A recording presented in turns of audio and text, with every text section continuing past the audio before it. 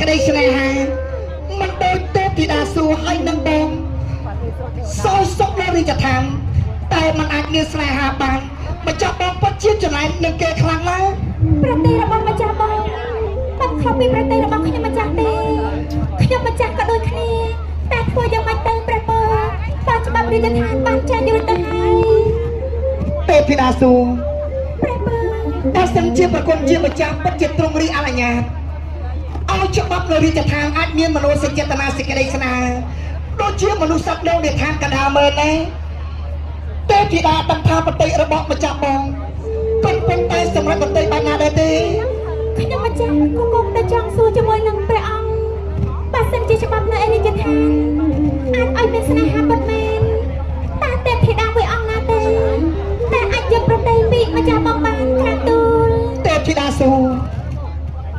អ្នកដែលបងជ្រើសយកមកធ្វើជាអគ្គមហេសីចុះមានណាក្រោមពីទេពធីតាសួរអូនទៅម្ចាស់បងអូទេពធីតាសួរអូនគឺជារាជនីនៅក្នុងប្រទេសរបស់ម្ចាស់បងអូនល្អណាស់អូនចង់បានអូនជាមហេសីម្ចាស់បងមានលំនឹងទៅ